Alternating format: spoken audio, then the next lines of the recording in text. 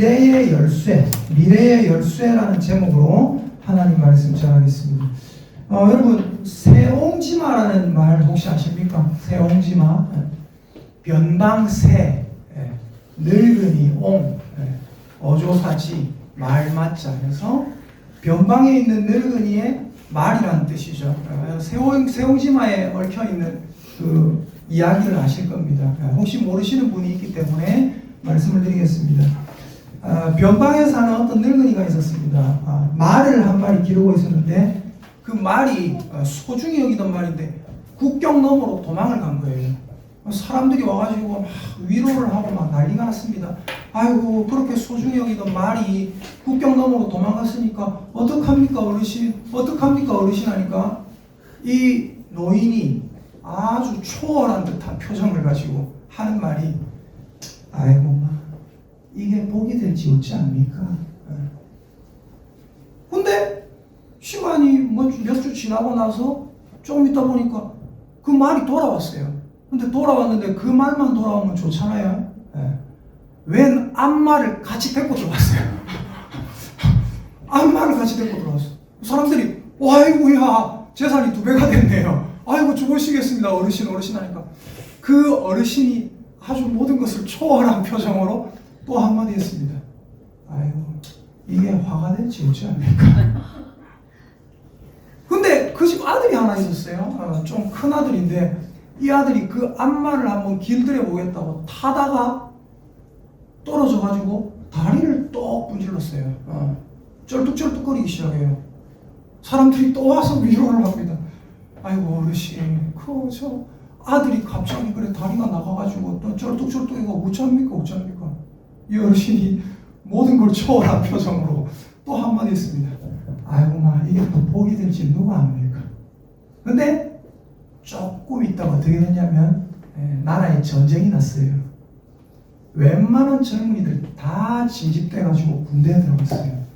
근데 이 아들은 어때요? 다리를 똑 분질러가 쩔뚝쩔뚝거리죠. 아이고, 니는 군대 오지 마라. 어떻게 돼요? 그게 결과적으로 복이 된 거예요. 여러분, 오늘 이 말씀을 제가 이 제목을 새옹지마 이렇게 적으려다가 새옹지마 하면 왠지 어렵게 느껴지기 때문에 간단하게 적은 거예요. 한번 따라 합시다. 미래의 열쇠. 미래의 열쇠. 여러분, 미래의 열쇠는 우리가 이미 가지고 있는 줄 믿으시기를 예수님의 이름으로 축복합니다. 네. 여러분, 최근에 한국의 미래에 대해서 말하는 분들이 참 많아요. 뭔가 급격하게 자꾸 변하고 있고 뭔가 미래가 없는 듯한 느낌이 많아요. 심상치 않은 일들이 벌어질 것 같고 자연 환경도 그렇고 벌이 갑자기 떼죽음을 당한다는 사고, 그리고 아이들, 여자 한 명이 평생 낳는 아이들의 수가 얼마 전에 0.98명인가 그랬는데 94명인가 그랬는데 지금 0.78명인가로 떨어졌어요. 그래서 이거 대한민국에 앞일이 있겠나 이렇게 고민하는 사람들이 되게 많습니다. 급격하게 변하는 현재 정세와 미래에 대한 불안감 때문에 많이 걱정이 돼요. 그럼 이제 우리는 성경에서 미래에 대해서 우리에게 분명히 알려주는 게 있어요. 그래서 그것이 무엇인지 한번 보도록 하겠습니다. 오늘 본문 전도서 7장 14절을 우리가 읽었잖아요. 다시 한번 읽어보겠습니다. 전도서 7장 14절을 읽고 오늘 본문이 우리에게 알려주는 게 뭔지를 보겠습니다. 자, 전도서 7장 14절입니다. 같이 읽어봅니다. 시작. 형통한 날에는 기뻐하고 곤고한 날에는 되돌아보아라. 이 두 가지를 하나님이 병행하게 하사 사람이 그의 장래일을 능히 헤아려 알지 못하게 하셨느니라. 아멘. 오늘 본문이 우리에게 알려주는 미래는 무엇입니까? 한번 따라합시다. 미래는 절대로 알 수 없다. 아멘입니까? 미래에 대해서 우리가 알아야 되는 게 뭐냐? 미래는 알 수 없다는 거예요. 좀 전에 제가 새옹지마라는 고사성어에서 말씀드린 것처럼 모든 인생의 앞길에는 형통한 날이 있고 곤고한 날이 함께 펼쳐져 있어요. 누가 이렇게 만드셨습니까? 인생을 누가 이렇게 되게 하셨어요? 하나님께서 그렇게 하셨죠. 그럼 하나님께서는 무엇 때문에 인생에게 형통한 날과 곤고한 날을 번갈아가면서 주실까요? 말씀을 보면 답이 나옵니다. 자, 오늘 전도서 7장 14절을 다시 한번 읽어봅니다. 시작. 형통한 날에는 기뻐하고 곤고한 날에는 되돌아보아라. 이 두 가지를 하나님이 병행하게 하사 사람이 그의 장래일을 능히 헤아려 알지 못하게 하셨느니라. 아멘.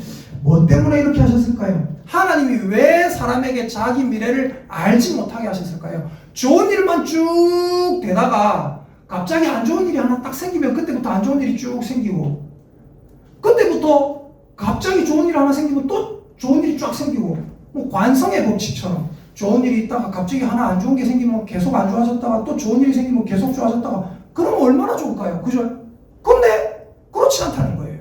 그러면 사람들이 대비를 할 수 있잖아요. 맞죠? 아하, 약간 안 좋은 일이 생기면 야, 앞으로 내일에 안 좋은 일이 생길 것 같으니까 조심하자. 좋은 일이 생기면 야, 지금부터는 안 좋은 일이 하나 생길 때까지는 계속 좋은 일만 있을 거니까 마음대로 살자. 이렇게 할 수 있잖아요. 근데 그렇지 않고 언제 어떻게 좋은 일과 안 좋은 일이 닥칠지 모르게 만드셨다, 하나님이.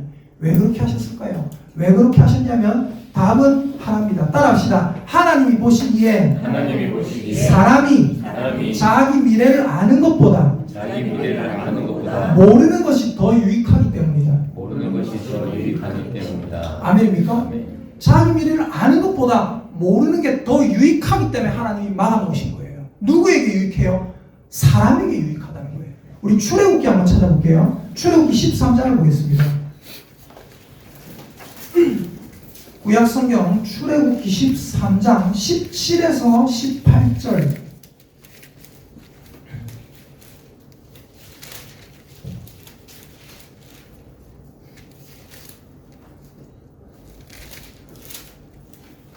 구약성경 102페이지입니다. 출애굽기 13장 17에서 18절입니다. 자, 같이 한번 읽어보도록 하겠습니다. 시작!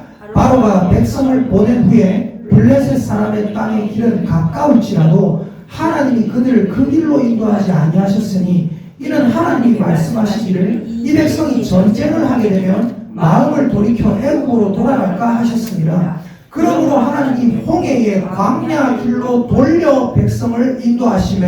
예, 무슨 말입니까? 하나님이 출애굽한 백성들을 가까운 블레셋 땅으로 인도하지 않고 어떻게 했다고요? 험한 광야 길로 돌려서 인도하셨다는 거예요. 근데 왜 그렇게 하셨다고요? 그렇게 하신 이유도 백성들은 얘기합니다. 아주 가까운 데 놔두고 왜 이렇게 돌아가게 하셨나? 이렇게 할 수 있어요. 근데 하나님께서 돌려서 그들을 인도하신 이유도 뭐라고요? 뭐라고 적혀있냐면, 그 사람들이 전쟁을 하게 되면 마음을 돌이켜 하나님을 떠나서 애국으로 다시 돌아가려고 할까 걱정하셔서 그렇게 하셨다는 거예요. 다른 말로 하면 뭐예요? 하나님은 그 백성에게 더 유익하게 하려고 그렇게 했다는 겁니다. 따라합시다. 광야 길을 허락하신 이유는 그 백성에게 더 유익하기 때문이다. 아멘입니까? 하나님은 선하신 분이에요. 여러분 이걸 항상 믿으셔야 돼요. 여러분 삶에 늘 믿어야 되는 게 뭐냐면 이거예요. 따라합시다. 하나님은 나의 아버지입니다. 하나님은 선하신 분입니다.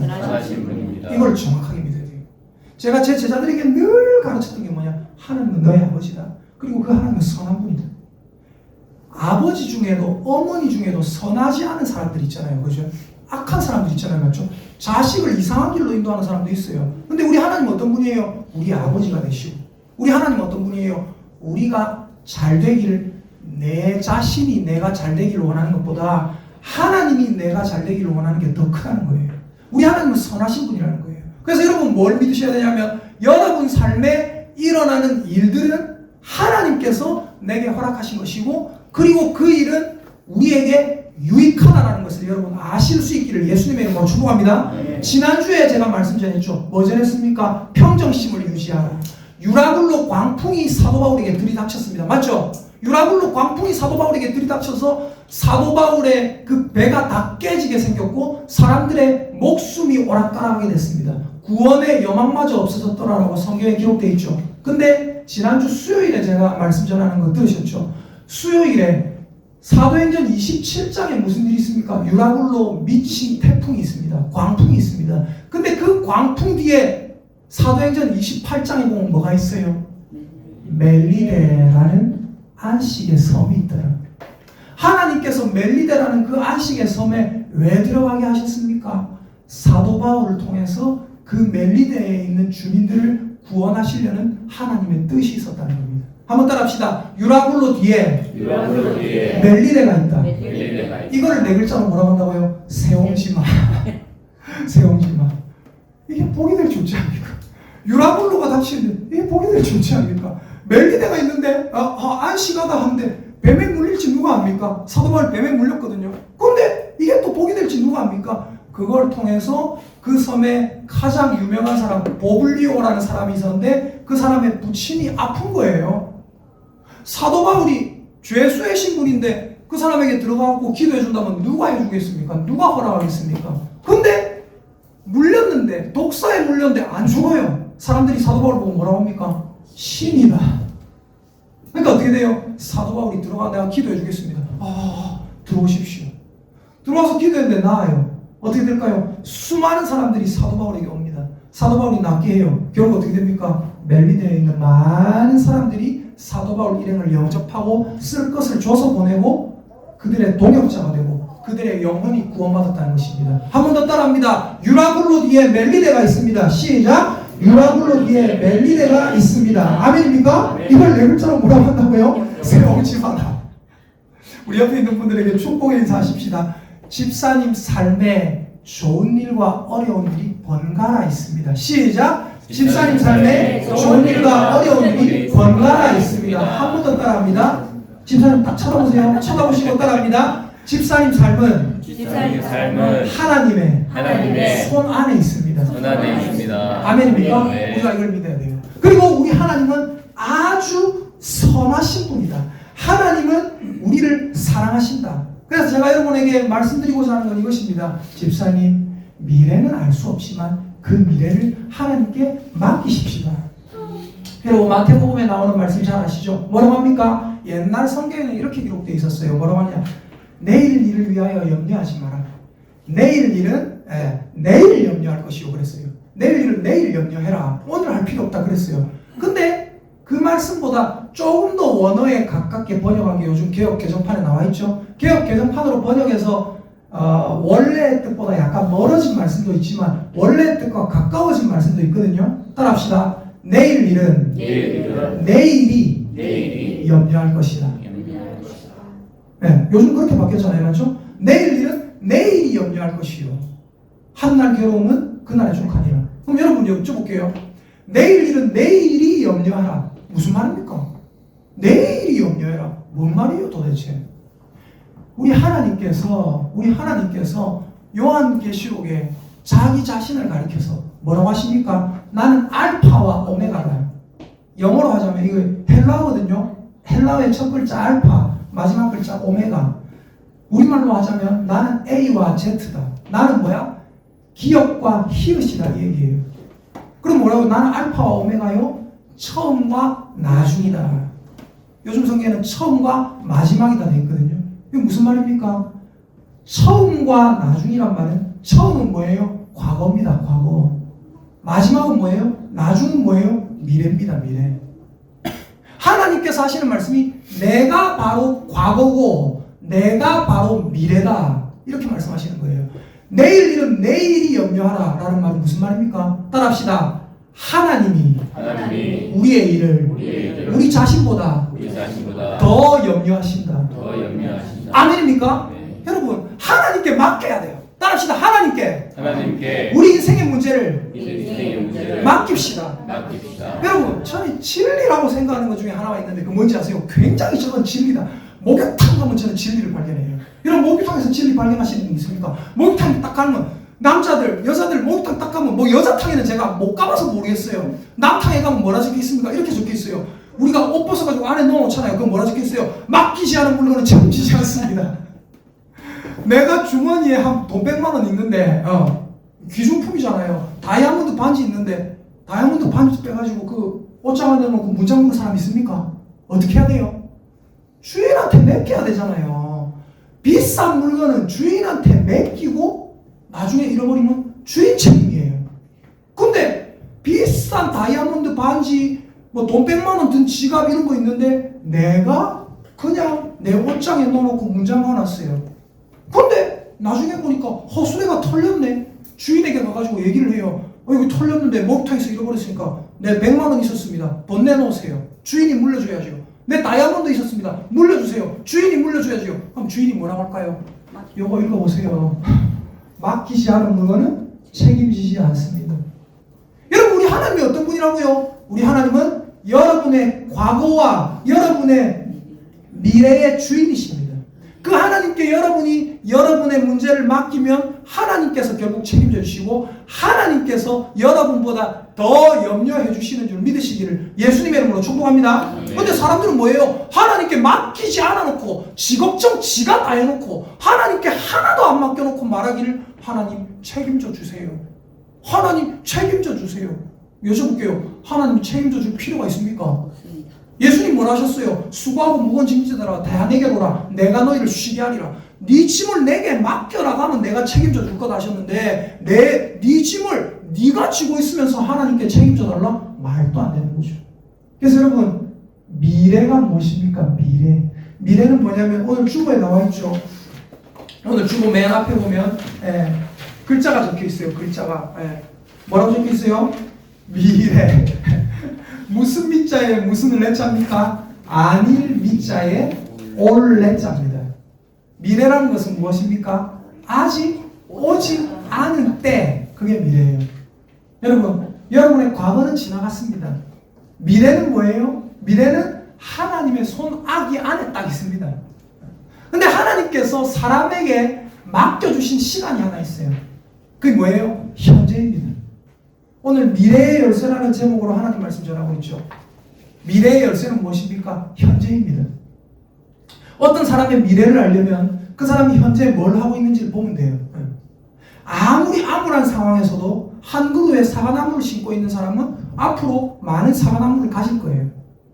근데 아무리 좋은 상황에서도 자기 땅에 있는 사과나무를 하나하나 뽑아버리는 사람은 앞으로 사과나무가 없을 거예요. 여러분, 현재가 여러분이 지금 무엇을 하고 있는지가 여러분의 미래를 결정합니다. 그게 바로 미래의 열쇠입니다. 그럼 여러분이 해야 되는 건 뭘까요? 아까 우리가 읽었던 전도서 4장 17절, 전도서 7장 14절, 전도서 7장 14절을 보면 뭐라고 적혀 있습니까?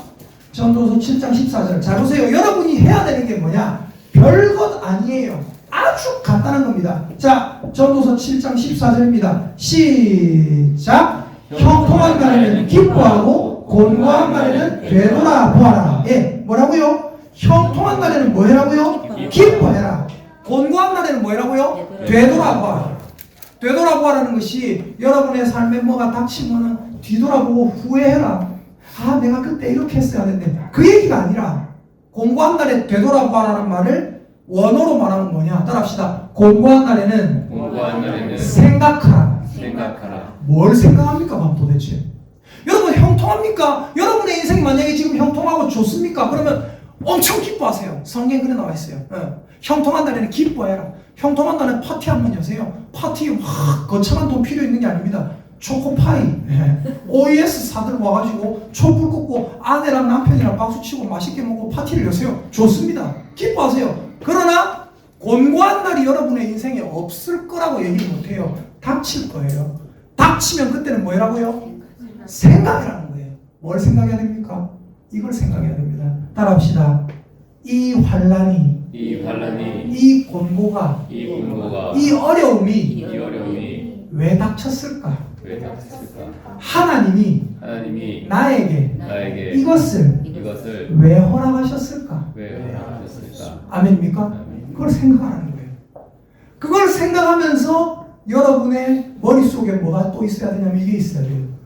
이 곤고 뒤에, 이 유라굴로 광풍 뒤에 또 뭐 즐거운 일이 있을까? 멜리데가 또 어떤 놀라운 멜리데가 나에게 찾아와서 나를 기쁘게 할까?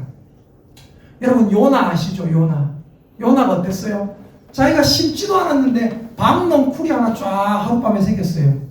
박넝쿨이 그 뜨거운 햇빛 아래서 자기 머리를 딱 가려서 뭐합니까? 기쁘게 해줘요. 요나가 어떻게 합니까? 와, 너무 좋다.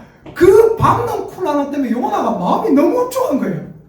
근데 성경에 보니까 하나님이 벌레를 준비하사 박넝쿨을 씹게 하시니 곧 시드니라 말라버리니라. 여러분 어때요? 그거 보고 에이씨 하나님 사는 것보다 죽는 게 내한테 낫습니다. 확 죽어보고 싶습니다. 하나님의 사람이 요나가 그런 소리를 해요. 근데 어때요? 하나님 뭘 하십니까? 요나야 하룻밤에 났다가 하룻밤에 망한 이 박넝쿨 네가 아꼈느냐? 어? 그러면 네가 싫어하는 저 니누의 사람들, 저 안에는 좌우를 분별하지 못하는 자가 12만 명이고 육축도 많이 있는데 저 성읍을 내가 아끼는 것이 합당하냐 합당하지 않느냐 하면서 요나를 하나님께서 깨우쳐 주십니다. 중요한 건 뭐예요? 여러분 인생에 갑자기 이상한 박넝쿨이 하나 자라서 머리를 가릴 수 있어요. 기쁠 수 있어요. 그리고 그 이상한 박넝쿨이 싹 사라질 수 있어요. 그럼 요나는 그때 화를 내고 짜증을 내야 됩니까? 아니면 이 박넝쿨이 내 머리를 가려줘서 시원하게 해줬는데 박넝쿨이 갑자기 시들었다. 뭐 해야 돼요? 생각하라. 뒤돌아보고 후회하고 그래 그 얘기가 아니라 뭐라고요?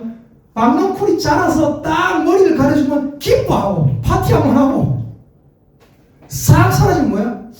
왜 이런 일이 닥쳤지? 하나님 앞에서 되돌이켜서 생각하라. 생각하니까 하나님께서 뭘 가르쳐 주시는 거예요? 뭐 때문에 박넝쿨이 자라서 니를 가르쳐줬고 뭐 때문에 박넝쿨이 시들었는지 가르쳐 주시는 겁니다. 여러분 하나님의 삶이 하나님의 그 눈이 하나님의 소나기가 여러분을 잡고 계시고 여러분을 지켜보고 계심을 믿을 수 있기를 예수님의 이름으로 축복합니다. 네. 그래서 여러분 우리는 뭘 생각해야 되냐면 항상 다른 사람과 나를 비교할 필요가 없어요. 잠언 24장 19에서 20절에 이렇게 말씀하고 있습니다. 잘 들어보세요. 너는 행악자들로 말미암아 분을 품지 말며 악인의 형통함을 부러워하지 말라. 대저 행악자는 장래가 없겠고 악인의 등불은 꺼지리라. 잠언 23장 17에서 18절은 이렇게 말씀하고 있습니다. 네 마음으로 죄인의 형통을 부러워하지 말고 항상 여호와를 경외하라. 정령이 네 장래가 있겠고 네 소망이 끊어지지 아니하리라. 아멘. 저는 여러분에게 이 말씀에 근거해서 정확하게 말해줄 수 있습니다. 여러분 지금 현재 하나님을 경외하는 삶을 사시기를 예수님의 이름으로 축복합니다. 오늘도 하나님 안에 머물러 있으시기를 예수님의 이름으로 축복합니다. 내가 오늘 하나님 안에 머물러 있다면 나의 오늘 나의 현재가 하나님 안에 있다면 확실하게 말할 수 있어요. 여러분 확실하게 여러분의 미래도 하나님 안에 있을 줄 믿습니다. 그러나 여러분의 현재가 하나님 밖에 있다면 여러분의 미래는 절대 보장할 수가 없습니다. 나의 오늘이 하나님 안에 있지 않다면 나의 미래도 하나님 안에 있지 않습니다. 나의 오늘이 하나님께 있다면 내가 오늘을 하나님께 아낌없이 드렸다면 나의 미래 또한 하나님 안에 있습니다. 여러분, 여러분의 현재가 하나님께서 여러분에게 제공하신 유일한 시간이고 여러분의 현재가 바로 미래의 열쇠입니다. 지금 하나님 안에 있어야 돼요. 지금 하나님 밖에 있다면 얼른 하나님 안으로 들어와야 돼요. 여러분, 여러분의 삶에 뭐가 닥칠지 모르죠. 자, 요 말씀만 드리고 마치겠습니다. 자녀와 함께 외출을 할 때, 어디 나갈 때 참 마음에 감동이 될 때가 있어요. 어떨 때 그러냐면 내가 손잡고 가자 하는 이 애는요, 내 아들 얘는 자기가 오늘 어디로 가게 될지 몰라요. 근데 아빠가 손잡고 가자 하면 일단 가요. 손잡아요. 따라 나서요. 그러면서 이 아이는 기분이 안 좋거나 뭔가 막 마음이 조마조마하거나 불안하거나 그러지 않아요. 얘는 아빠 손잡고 따라 나설 때 어때요? 마음이 행복해요. 왠지 아십니까? 오늘 나가서 무슨 일이 있을지 모르고 오늘 나가서 어떤 일이 있을지는 전혀 알 수 없지만 이 아이는 자기 손잡고 가는 저를 믿기 때문이에요. 우리 아빠 손잡고 가면 이 아빠가 절대로 나를 안 좋은 곳으로 데려가지 않는다는 믿음이 있기 때문입니다. 여러분 하나님 믿으십니까? 여러분 하나님 믿으신다면 하나님이 여러분의 아버지인 것을 믿으신다면 하나님이 여러분을 사랑하고 하나님이 여러분에게 선한 것들을 주시는 분인 걸 믿으신다면 여러분 뭘 믿어야 돼요? 하나님의 손을 잡고 있어야 돼요. 그리고 뭘 생각해야 돼요? 하나님이 오늘도 나를 절대로 안 좋은 곳으로 곳으로 데려가지 않는다는 것을 믿으시기를 예수님의 이름으로 축복합니다. 네. 오늘 어디로 가게 될지 몰라도 아빠를 믿고 따라 나서는 거예요. 그때 참 감동이 돼요. 여러분, 현재 여러분은 하나님의 손을 잡고 계십니까? 그렇다면 하나님의 선하신 성품에 근거하여 저는 말씀을 드리겠습니다. 여러분에게 하나님 안에서 찬란한 미래가 기다리고 있을 줄 믿습니다. 아멘. 여러분이 만약에 하나님의 손을 잡지 않고 있습니까? 현재. 그렇다면 여러분에게는 미래가 없습니다. 오늘 하나님의 손을 잡고 그 손을 놓치지 말고 하나님의 품에 안길 수 있기를 바랍니다. 그래서 하나님 안에서 현재 하나님과 동행하여서 좋은 일이 닥칠 때는 기뻐하고 어려운 일이 닥칠 때는 하나님 왜 그러십니까? 한 번 더 생각해 보면서 하나님에 대한 믿음, 하나님에 대한 끈, 그걸 놓지 마세요. 하나님의 손을 잡고 하나님을 따라 자연스럽게 나아갈 수 있는 저와 여러분 되시기를 예수님의 이름으로 축복합니다. 아멘.